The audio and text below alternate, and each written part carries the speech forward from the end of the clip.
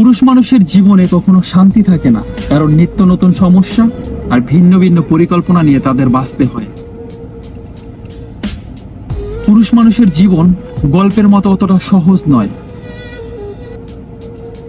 পুরুষ মানুষ দুটি জায়গাতে সুখ খুঁজে, এক তার পরিবারের কাছে, দ্বিতীয় তার প্রিয় মানুষটার কাছে।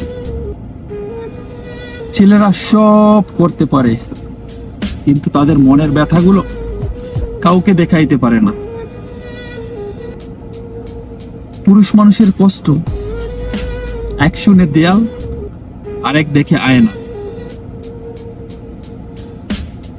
পুরুষ কখনো কান্না করে না, আর যদিও করে তাহলে তার প্রিয় মানুষটির জন্য, নয়তো তার পরিবারের জন্য।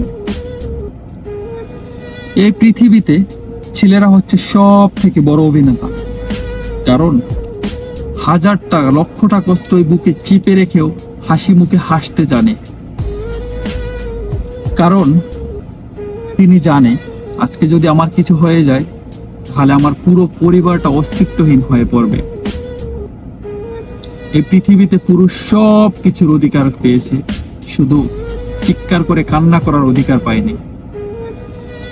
পুরুষ মানুষকে বুঝতে হলে পুরুষের নীরবতাকে বুঝতে হবে।